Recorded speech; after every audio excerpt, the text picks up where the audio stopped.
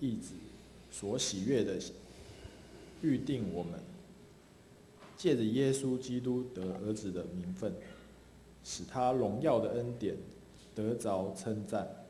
这恩典是他在爱子里所赐给我们的。我们借这爱子的血得蒙救赎，过犯得以赦免，乃是照他丰富的恩典。这恩典是上帝用诸般智慧、聪明、充充足足赏给我们的，都是照他自己所预定的美意，叫我们知道他旨意的奥秘，要照所安排的，在日期满足的时候，使天上地下一切所有的，都在基督里面同归于一。我们也在他里面得了基业。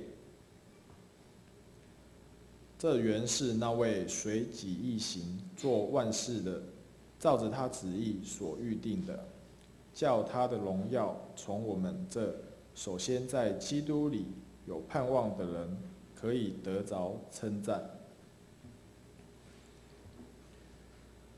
现在请本堂许承涵牧师来讲道，题目是上帝的计划。上帝的计划。我们同心来祷告。天父上帝，我们感谢你，你真的爱我们每一个人，带领我们每一天的脚步，使我们在恩典当中，我们享有平安喜乐。此时恳求你的圣灵亲自与我们同在，让我们再一次与你相遇。你的话语、你的旨意成为我们生命的基础与力量，帮助我们继续向前行。献上我们的祷告，祈求奉靠主耶稣基督的名，阿们。各位弟兄姐妹，大家平安。在2015年年底的时候，我们有跨年祷告会。在跨年祷告会之前，我们都会去回想一下2015年，我们在这个2015年里面，我们经历了多少上帝的恩典、上帝的帮助、上帝的同在。那么今天我们要想一想，在2015年的时候，你曾经规划或预定要完成什么样的计划？也就是说，你可能想要做一些什么样的事情？然而，这些事情有没有按着你所预定的计划去完成呢？有人可能有，有人可能还在进行当中。在过去的1年里面，我也有一些计划，也有一些目标。感谢上帝，在回想的过程当中，在回顾里面，发觉很多的事情都因着上帝的带领一一的来完成，但是还有些事情其实还没有完成。在这里面要跟大家一起分享的是，在2015年牧师所完成的一件事情。这件事情在11月16到28之间，我带着我的大儿子承恩去做一个亲子单车环台的冒险之旅。在这个环台冒险之旅当中，我相信有很多弟兄姐妹在为我祷告，甚至在 Facebook 上面帮我按赞、留言，鼓励着我们。因着你们的带导、你们的看顾，所以我们能够完成这个环台之旅。我把它定名为亲子单车环台，后面加了冒险2个字。那是因为我将所有的行程规划交给我这位6年级的大儿子，他去规划。你们知道吗？他规划的时候，他完全一开始没有概念，所以他第一天的行程呢，就是要从桃园骑到台中，哇，100多公里，将近200公里的路程。这几天从昨天我们有看到台北市长柯文哲，他说他要挑战1日北高。也就是说，从台北到高雄380公里，21个小时之内要完成。那么，我的儿子这样的规划，对于一个我是会做计划，甚至是会找好地点、确认一切的人，对我来讲真的是冒险这2个字。但是透过告诉他去学习、去规划，我帮他修正了。第一天我们只到新竹。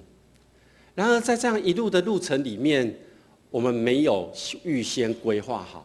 我们都是前一天才去规划明天要在哪里吃饭，要在哪里休息，要在哪里住宿，所以真的是一趟冒险之旅。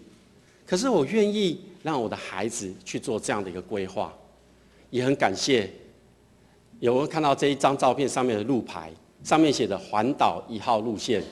后来我终于看见这个路牌，我的心里就在想，我只要跟着这个路牌，我就不用担心，因为有一个指示在前面。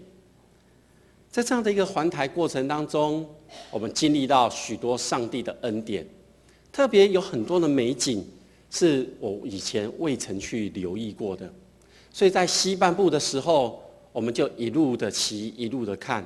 虽然我们骑得很快，但是在这当中，我们也经历到11月份最热的天气32度，也经历到11月份最冷的天气13度，也经历到最大的太阳，也经历到下大雨。在这一路的行程当中，对我来讲真的是一趟冒险之旅。那么在2016年，我们有没有什么样的计划呢？2016年刚刚提到柯文哲市长，他的目标就是1日北高，接下来他还要挑战1日双塔。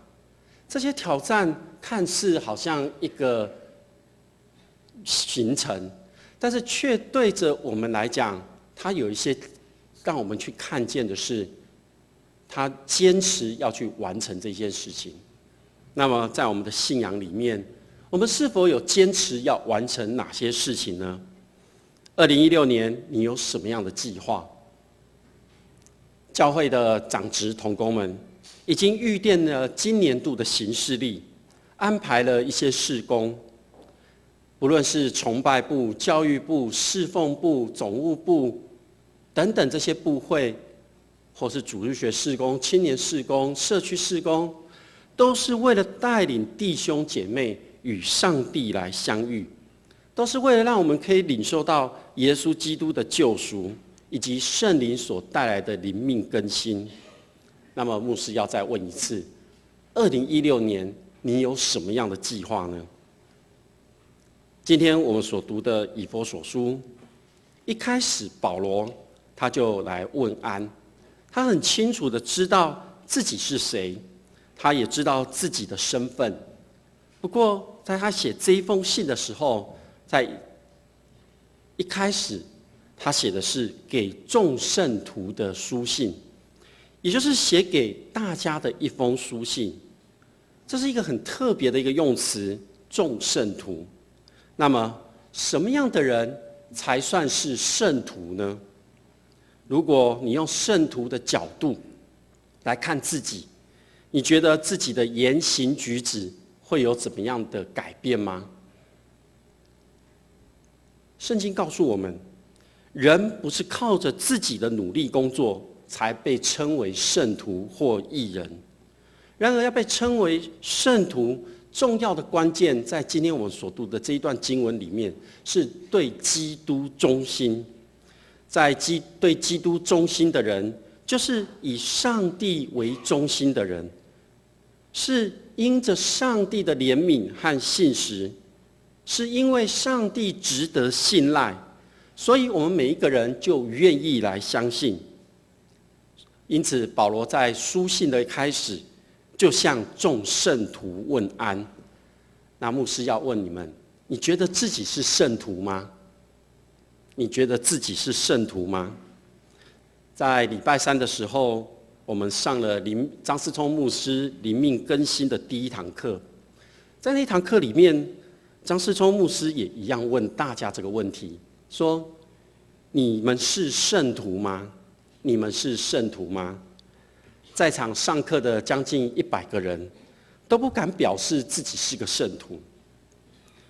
张牧师接着说明，他说：圣徒就是被上帝分别出来的人，圣徒就是被上帝分别出来的人，不是那个刻在石碑上有个名字被纪念的人，也不是用人的标准去衡量评判他有达到哪些标准，他才能够被称为圣徒。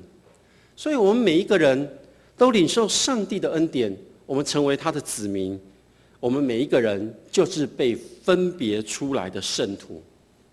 看一下你隔壁的人，看一下你隔壁的人，左右两边的。好，有人开始微微的笑了，你就笑着告诉他说：“你就是圣徒。”好像不太肯定哦，有点心虚哦。再肯定一点说：“你就是圣徒。”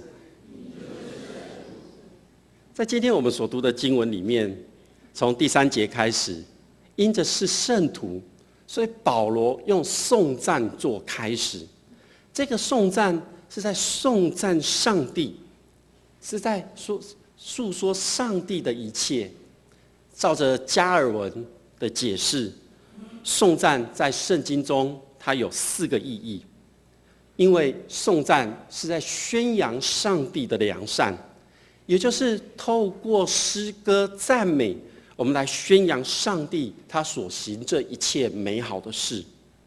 第二个是上帝对人的祝福，因为上帝赐福在我们当中，使我们事事都因着他的恩典都享有平安。有人说事事亨通，但是更重要的是，我们不论经历哪一件事情，不论是好的或坏的，我们在经历的时候，我们都会有平安。那是因为上帝赐给我们祝福，让我们有喜乐。所以颂赞也是指着上帝对人的祝福。第3个是人借着祈祷来彼此祝福。颂赞也是我们彼此之间，人与人之间关系的一个互相的关怀。加尔文最后才说，颂赞是属于祭司的。因此，我们可以看到这样的一个颂赞，是因为上帝已经赐福给我们了，我们都已经领受到这个恩典。也就是说，我们的赞美不会改变上帝。我们的赞美的时候，是我们的生命，我们每一个人的生命得到真正的改变。所以第3节的经文用和合本的修订版，他这样说：愿颂赞归给我们主耶稣基督的父上帝。他在基督里曾把天上各样属灵的福气赐给我们。所以我们还在寻找那个福气吗？我们还在寻找恩典吗？其实上帝早就给我们了。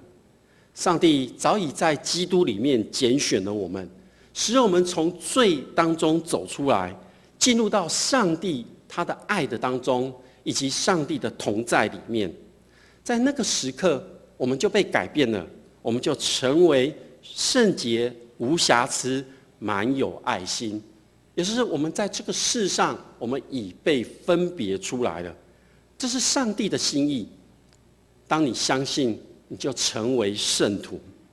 然而在这个过程里面，上帝是透过基督来完成他的心意。在经文的第5节说，预定我们借着耶稣基督得儿子的名分。在这段经文里面谈到预定这个词，预定好像会让人家觉得是上帝早就安排好谁可以得救，谁不能得救。其实这样的解释是不合理的。我们可以将预定看作是上帝预先的拣选和邀请。这个预定是一个先后顺序的而已。当我们要邀请人家宴客的时候，我们要邀请人家，我想那个时候你心中就会开始列名单。列名单一定是有一个先后顺序的邀请。这里的预定，我们可以看作是上帝他的一个先后顺序的邀请，他要我们明白他的心意。他的心意就是要我们人人都可以得救，人人都可以明白真理，使我们得着儿子的名分。这是上帝祝福我们，拣选我们，因为这一切的恩典都是白白赏赐给我们的。我们领受到这个恩典，我们就与上帝的爱子耶稣基督紧密的连结在一起。所以在基督里，我们借着耶稣的救赎，罪得赦免，生命得到释放。是按着从上帝那边而来的智慧、聪明，以及在基督里的美意。所以我们透过这样，我们可以渐渐去明白、了解上帝的奥秘。然而，奥秘两个字在希腊文里面，它的意思是强调已经显明的这种事物它的内容或意义，不是用来表示要去揭开我们所不明白的事物。我们人无法按着自己的理性或者是知识去完全了解上帝的作为。我们对上帝的认识其实是非常有限的，但是上帝却愿意接近我们每一个人。他透过道成肉身，让我们可以看见，可以触摸到，可以听到。但是如今我们可能还无法完全的明白。那么我们只有透过我们每一个人，我们连结在一起，成为团契，成为教会。我们在基督里看见彼此，进一步我们就会看见上帝的奥秘。因为我们在一起领受的恩典，是我们一起生活，一起赞美上帝。那么我们所连结在一起的生命，就成为一个象征。这个象征就反映出上帝是谁，上帝在做什么样的工。当我们在赞美的时候，就像一面镜子一样，帮助我们看见上帝，也看见未来的盼望。所以我们透过在基督里，我们听见福音，而且相信他的时候，我们就领受到应许的记号，也就是圣灵的帮助。圣灵帮助我们去明白上帝会实现他一切的应许。圣灵就像是我们在买房子一样，有可能我们买房子的时候，我们要先付定金、头期款等等这些，一步一步来，到最后确认我们会得到这一个房子。当我们愿意接受上帝所赐给我们礼物的时候，圣灵就在帮助我们得到这一切后面的产业，因为这是上帝早就预定好要赐给我们的。所以当我们认知自己是一位圣徒的时候，我们才能在荣耀当中去颂赞赞美他。然而这位全能天父上帝，他赐给我们这些儿子的身份，是按着他的计划赐给我们的。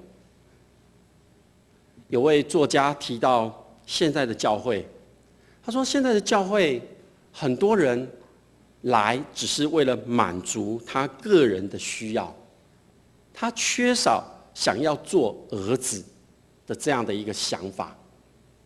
做儿子需要被训练，训练是为了完成上帝的使命。做儿子是一个权利，但是也有责任。这个责任就是作为天父上帝在这个世上的代言人。那么我们有这样的一个身份，是因为透过耶稣基督不断的显露在我们的面前。我们看见别人他有基督的样式，我们看见别人他有圣灵的酒果，我们看见别人有爱，我们领受到平安。那么我们就会知道，当耶稣基督为我们钉在十字架上的时候，我们就重新恢复了一个新的生命，而且就恢复了一个身份，就是天父儿子的身份。借着圣灵，我们得到丰盛的产业。所以上帝在我们每一个人生活中的作为，这是很重要的，就是指定我们在他的计划当中担任一个角色。这个角色也就是我们每一个人都成为上帝的产业。通过我们每一个人，我们可以使其他的人进入到教会。那么你预备好要成为上帝救赎计划的一份子吗？你预备好了吗？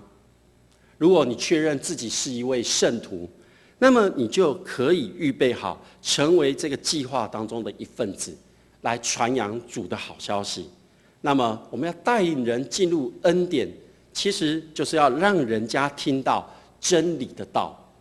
我们要去诉说上帝的好消息，也就是叫你们得救的好消息。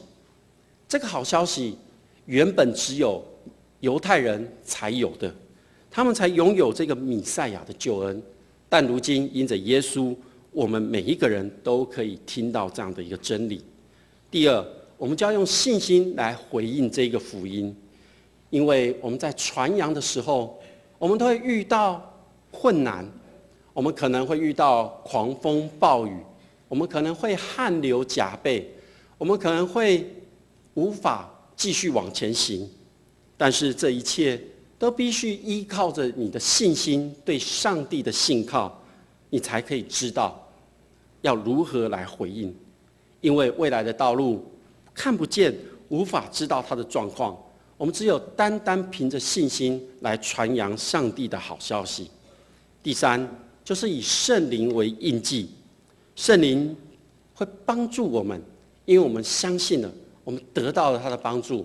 当我们去传扬福音的时候，我们去实践上帝在我们生命当中的计划的时候，我们所欠缺的，上帝会透过圣灵来帮助我们，直到我们拥有这一些恩典与恩赐。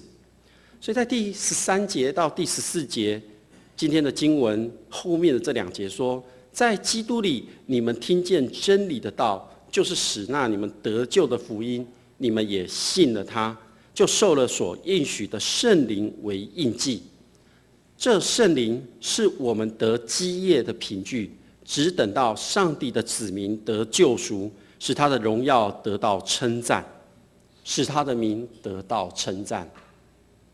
不知道我们还记不记得，在2015年的时候，我们教会有多少弟兄姐妹接受成人洗礼？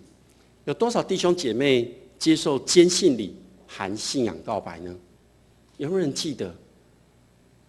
我想今天的周报已经是2016年了，没有再记载了。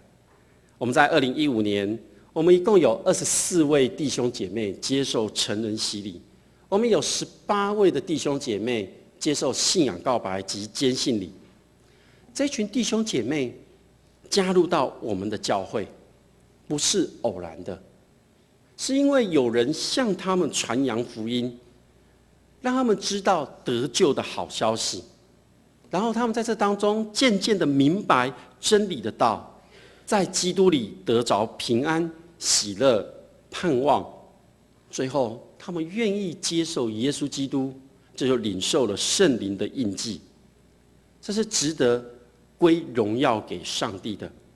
所以在保罗他在这一段经文当中，其实要我们去关心的是教会，或者是在座的每一位，我们应该要如何活出上帝的荣耀。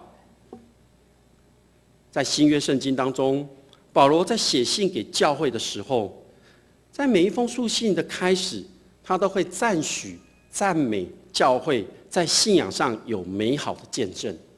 可是很特别的是，在以弗所书，他却是先赞美上帝的慈爱，才提到以弗所教会在信仰的道路上所结出的果实。以弗所是保罗在第一次传道旅行当中经过的城市，他后来又在那边停留了3年，设立了长老，协助福音的事工。所以保罗很清楚知道以弗所教会这些信徒他们所做的事情，所以他在经文的后半段，今天第1章后半段，他说以弗所的信徒有信心和爱心，为了这样的见证，他感谢上帝。不过保罗更留下的是值得我们学习效法的榜样，因为保罗为众人祷告。保罗他是一位宣教师，所以他不会停留在一个地方很久，所以他不仅为他所当时停留的地方的人祷告而已，他更着为那些他所经过的地方，他所设立的教会，那些远方的群体在祷告。在保罗的祷告里面，保罗他求上帝将那赐人智慧与启示的灵赐给众人，有时是要让人来更加的认识上帝。因为我们人往往有了丰富的学识或者说学历之后，我们都会自以为可以靠着自己的力量来认识上帝。其实保罗要告诉我们的是，要认识上帝，必须要依靠上帝所赐的恩典与启示，来打开我们的眼睛，帮助我们知道自己是被呼召的，而且在未来可以得着盼望。然而，这个一切的根基来自于耶稣基督从死里复活，因为耶稣已经超越这个世上的一切的掌权者，他胜过了死亡，超越了一切。那么，当我们在数算2015年上帝在我们身上的恩典的时候，在过去的日子里面，我们都用信心在经历上帝的奇妙作为，我们也在当中领受到上帝来的爱，我们也在这当中分享给需要的人。所以2016年，我们一起来学习像保罗这样的一个祷告的功课。其实牧师在过去的1年里面，我在处理许多事情的时候，一开始我都用个人的经验、想法、观念来处理、来面对。很多的时候，我就陷入到一些困境当中。之后我了解了，我慢慢的学习，用更多的祷告、等候，让我在安静当中聆听上帝的话，不再用自己为中心，学习在祷告中与上帝的对话。虽然我们说2016年不知道会遇到什么样的状况，但是我相信，唯有全然的交托给上帝，上帝必亲自来带领。所以祷告对我们来讲是一门很重要的功课。如果我们的心中没有上帝，我们就不知道如何祷告，那就成为一种骄傲。所以借着祷告，我们学习谦卑，也学习越来越像耶稣基督。不过有的人说，我不敢在众人面前开口祷告，或者说我害怕别人的眼光，我不敢祷告。其实祷告就是与上帝说话。既然是跟上帝说话，那看重的不是华丽的言辞，看重的是内心是否诚实，你心是否有开放，让上帝进来到你的心中。因为华丽的言辞其实都无法与上帝连结在一起。所以保罗提醒我们，祷告就是与上帝说话，不仅是为自己，不仅是为认识的人，更要为着那些还未认识上帝的人，我们所关心的人来祷告。教会是代表耶稣基督存在于这个世上，他的目的就是要让人家去看见、听见、触摸到上帝的恩典。基督是教会的头，教会听从基督的话，顺服在他的旨意之下。然而在这样的一个上帝的计划当中，保罗提到了一个已经和尚未的观念。已经就是上帝已经掌管这万有，尚未就是这个世界还未真正的完全去领受这份恩典。所以现在我们处在这个世上，我们已经不断的看见上帝在统管这个世界。不过我们不能轻看未来，如果我们忽略了，那我们就忽略了上帝的掌权，我们无法明白这历史当中上帝的带领。如果我们不看未来，我们就看不见那未来的恩典和盼望的机会。那么在上帝的计划当中，我们都能够成为他的器皿，成为他的执行者，来执行他的计划。因为我们每一个人所订定的计划，都是在上帝的计划里面。恩典与盼望是我们每个人在未来的日子里面，我们可以去实践与领取的。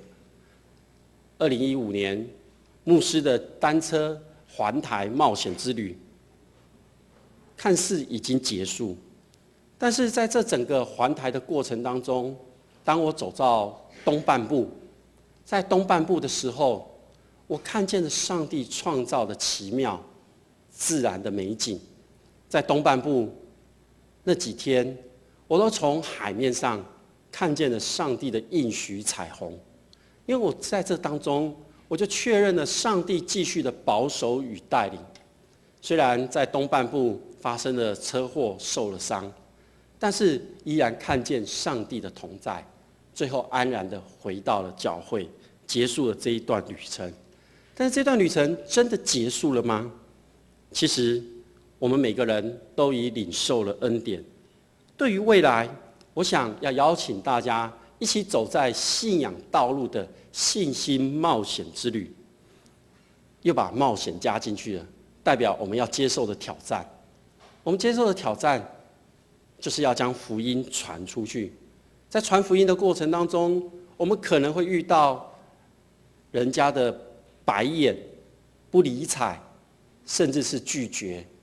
我们的心情可能会经历上下起伏，但是这个冒险之旅却是在上帝的计划当中。我们从2016年，我们能期待我们透过祷告，我们去传福音，能够建立一间合神心意的教会。我们都能走在上帝的计划当中，成为上帝所使用的人，成为众人的祝福。那么，牧师要再问一次：你预备好成为上帝计划中的一份子吗？你预备好成为上帝计划中的一份子吗？我们同心来祷告。